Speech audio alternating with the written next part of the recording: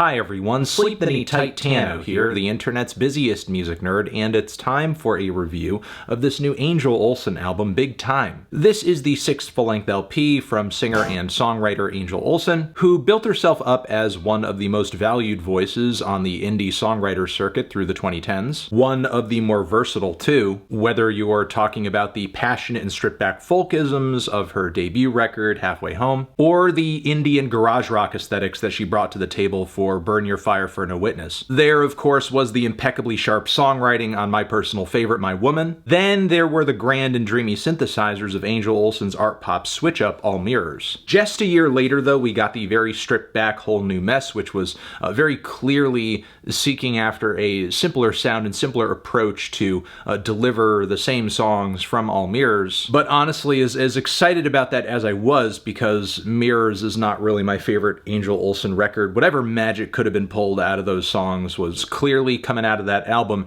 and not so much the skeletal versions. But now with Big Time, we truly do have a new chapter, a new album cycle from Angel, which is essentially this big, sad, soft, sentimental, nostalgic country album, loaded with tunes about loss, heartache, and breaking up. The performances on this thing are consistently gentle, slow, which does sort of make the overall pacing of this record an issue, especially as we are traveling through tracks like Dream Thing and Ghost On, as well as All the Flowers, which features one of the more understated vocal performances on the LP, which I wish did pick up a little bit with the gorgeous strings that intensify toward the end of the song. But by that same token, when Angel and her band hit us with a big finish or a big chorus transitioning from these softer spots, it really is gratifying. Whether that be the song Right Now, which finishes with these pounding drums and huge growling descending guitar leads that remind me of like the finish of David Bowie's Rock and Roll Suicide. Also the frightened and pained vocals that pop in on the chorus of Go Home, whose instrumentation also builds up higher and higher toward the finish with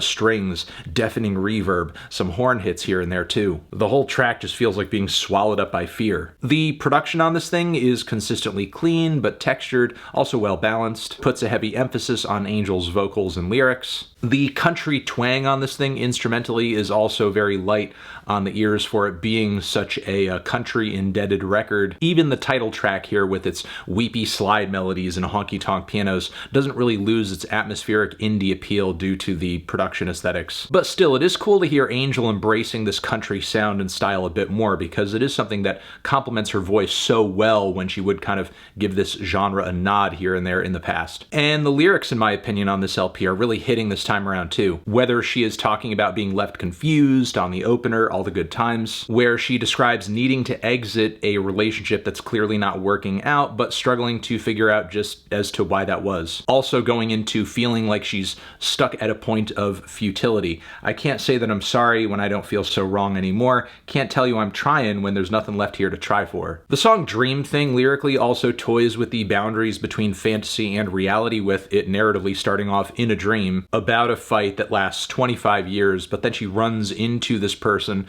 seeing them in a new suit, seeing them in a new self, wanting to reconnect in that moment, but it doesn't really quite happen. Then Through the Fires provides a really interesting and kind of touching narrative shift on the record. The track also sounds like it's underscored by a 1950s piece of old Hollywood soundstage jazz, but with a very, very, very soft demeanor. Angel's performance here vocally is very subtle, is very low-key, but I think the melodies ring through beautifully and the poetry is killer. Lost sight, then I made up my mind to learn to release the dreams that had died, in spite of the sound of what I had heard, to recognize truth without any word.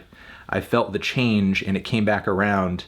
Then I moved into the feeling I found, and the feeling I found showed me how I could lose, to love without boundary and put it to use. Also, these mentions of walking through the fires of earthly desire, letting go of a pain that prevents you from moving up higher. There's really kind of a grand sense of change and metamorphosis on this track. The closing track, Chasing the Sun's instrumental, also pulls from a similarly nostalgic era, with a few Lana Del Rey-esque moments in the mix as well, when Angel digs into her lower register and the strings kind of start soaring in the background. But I will say there is kind of a lack of variety across the LP that I was referring to earlier, not just in terms of like the speed of it and the emotion of this record, but the tonality, sometimes the instrumentals too. Like, for example, the song This Is How It Works, which pulls from the same Tear in Your Beer country jukebox as the opener. The chords even sound eerily similar, but somehow the track brings a weaker chorus to the table. So this LP overall, while I did enjoy it, the whole thing does come across very, very, very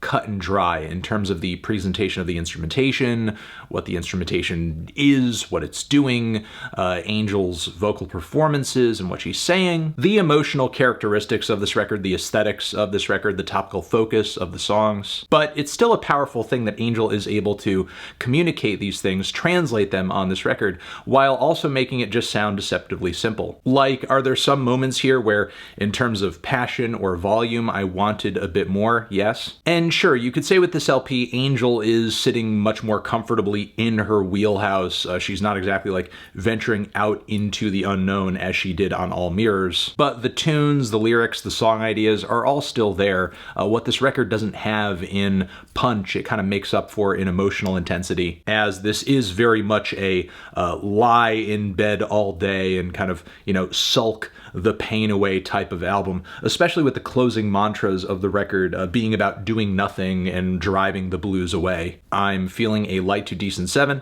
on this LP. Transition, have you given this record a listen? Did you love it? Did you hate it? What would you rate it? You're the best, you're the best. What should I review next? Hit the like if you like, please subscribe, and please don't cry. Hit the bell as well. Over here next to my head, it's another video that you could check out.